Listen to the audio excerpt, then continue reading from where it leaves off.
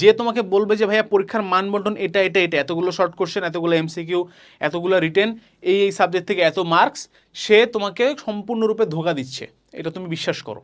এটা যদি আমিও কখনো দিই, আমিও তুমি বুঝবা যে ভাইয়া ধোকা দিচ্ছে আজকে। কারণ এক্স্যাক্ট মানবন্টন পরীক্ষার কি হবে এটা আমরা কেউ জানি না, এটা শুধুমাত্র নটরডেম কলেজই জানে এবং তারা এটা প্রকাশ করে না। অর্থাৎ আমি যদি আমার এক্সাম্পল দিয়ে বুঝাই, আমি যে এবার পরীক্ষা দিয়েছিলাম সেই বছর নটরডেমে আমরা ভেবেছিলাম যে physics, chemistry, math, Bangla, English, ICT সব কিছু থেকে প্রশ্ন আসবে, রাইট? প্রথম দিন আমার পরীক্ষা হয়েছিল, দ্বিতীয় দিন টোটাল মনে হয় 6টা শিফটে পরীক্ষা হয়, বা এটা চেঞ্জ হতে পারে আর কি। আমার সময় 6টা শিফটে পরীক্ষা হয়েছিল।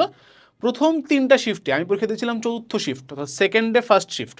প্রথম 3টা শিফটে ওনারা বায়োলজি থেকে প্রশ্ন করছে, ওনারা আইসিটি থেকেও প্রশ্ন করছে। সুতরাং এই 3টা শিফটের খবর শুনে আমি কি ভাবছি, ডেফিনেটলি বায়োলজি এবং আইসিটি আসবে। আমি যখন পরীক্ষা দিতে গেছি আমার শিফটে আমার কোয়েশ্চেনে কোনো বায়োলজি কোশ্চেন ছিল না, কোনো আইসিটি প্রশ্ন ছিল না। বাংলা এবং ইংলিশ কোশ্চেন ছিল 5-5-10 মার্ক, বাকিটা ছিল ফিজিক্স, কেমিস্ট্রি, ম্যাথ। সুতরাং যে তোমাকে বলবে যে এই বছর নটরডেমের মানবন্টন এরকম এরকম এরকম, সে তোমাকে ধোকা দিচ্ছে। কেউ এক্স্যাক্টলি জানে না যে কি আসবে। হ্যাঁ, তবে ফিজিক্স, ম্যাথ এই দুটো হচ্ছে ম্যাক্সিমাম প্রায়োরিটি, কেমিস্ট্রি হচ্ছে সেকেন্ড প্রায়োরিটি, তারপরে এই 3টেই মোটামুটি ম্যাক্সিমাম প্রায়োরিটি, তারপরে বাকি সব কিছু। অর্থাৎ বাংলা, ইংলিশ থেকে আসলে ফিজিক্স, কেমিস্ট্রি, ম্যাথের চাইতে কম আসে ইউজুয়ালি।